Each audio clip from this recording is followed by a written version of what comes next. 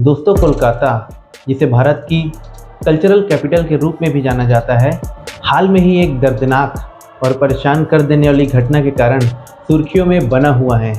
एक brutal rape case का मामला सामने आया है जिसने पूरे देश को हिलाकर रख दिया। यह घटना न केवल भारत की महिलाओं के खिलाफ होने वाली वायलेंस को पूरे देश के सामने उजागर करती है, बल्कि वुमेन सेफ्टी, जस्टिस और समाज की भूमिका पर भी इम्पोर्टेंट सवाल खड़ा करती है। 9 अगस्त 2024 दोस्तों, ये वो दिन था जब कोलकाता के फेमस आर्जिकल मेडिकल कॉलेज में मोमिता देवनाथ, जो कि एक ट्रेनी डॉक्टर हुआ करती थी, उनकी डेड बॉडी हॉस्पिटल कैंपस के सेमिनार हॉल में मिलती है। फिर आर्जिकल मेडिकल कॉलेज के प्रिंसिपल संदीप घोष वहां आते हैं और बॉडी को देखते हैं। उसके कुछ टाइम बाद कॉलेज के असिस्टेंट सुपरिटेंडेंट भी वहां आते हैं और वो भी बॉडी को देखते हैं। करीब 10:45 मिनट पे ये जो असिस्टेंट सुपरिटेंडेंट होते हैं कि वह मोमिता के पेरेंट्स को फ़ोन कर पहले तो ये बताते हैं कि आपकी बेटी की तबीयत खराब हो गई है और आप जल्दी से जल्दी हॉस्पिटल आ जाएं। इससे पेरेंट्स बहुत घबरा जाते हैं और फिर वह हॉस्पिटल के लिए रवाना हो जाते हैं। थोड़ी देर बाद कॉलेज की तरफ से फिर फ़ोन आता है, लेकिन इस बार वह बताते हैं कि आपकी बेटी ने सुसाइड कर लिया है।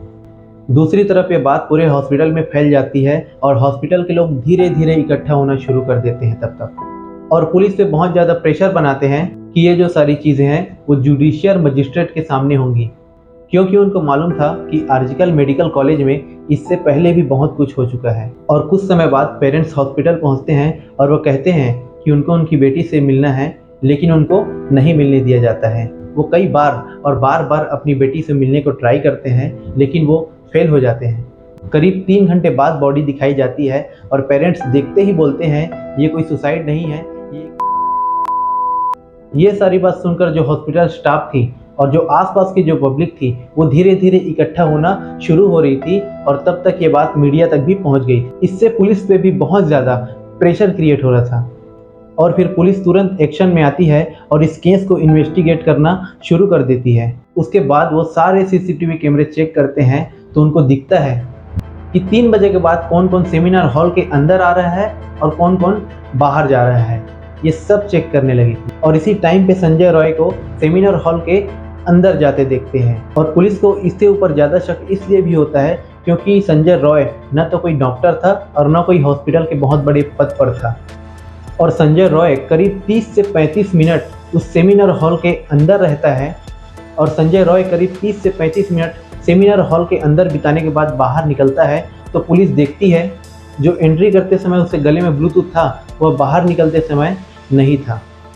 उसके बाद पुलिस उसको बुलाकर उसके फ़ोन से जब ब्लूटूथ कनेक्ट करती है तो एक बार में वो कनेक्ट हो जाती है और यहाँ से पुलिस संजय रॉय से पूछताछ शुरू करती है और ये सारी चीज़ें बिना किसी डर के पुलिस वाले को बताना शुरू कर देता है। और उसके मोबाइल से भी बहुत ज़्यादा पोर्नोग्राफी के कंटेंट मिलते हैं। ये सब हो ही रहा था, इतने में ही वहाँ के प्रिंसिपल संदीप घोष का ये बयान आता है कि विक्टिम इतनी रात को अकेले सेमिनार हॉल के अंदर क्यों गई थी। यह सुनते ही और गुस्सा फूट जाता है लोगों का और लोग सड़कों पर उतरकर प्रोटेस्ट करना शुरू कर देते हैं। तब से लेकर अब तक बहुत सी चीज़ें हुई हैं इस केस में, जैसे कि वहाँ के प्रिंसिपल जिसको सस्पेंड कर दिया गया था उसके बावजूद उसको दूसरे कॉलेज में और अच्छी पोस्ट मिल जाती है और तो और वहाँ की सीएम खुद प्रोटेस्ट करने लग जाती हैं। अब ये तो मालूम नहीं कि वो किसके खिलाफ प्रोटेस्ट कर रही हैं, वो तो आप बताएंगे कमेंट बॉक्स में। इतना सब कुछ हो रहा है पर सिर्फ विक्टिम को न्याय नहीं मिल रहा है। दोस्तों, अगर ये वीडियो आपको अच्छी लगी तो आप इस वीडियो को लाइक करें, शेयर करें और हाँ, सब्सक्राइब करना ना भूलें और नीचे कमेंट बॉक्स में अपना कमेंट बताएं कि आप इस बारे में क्या सोचते हैं। धन्यवाद।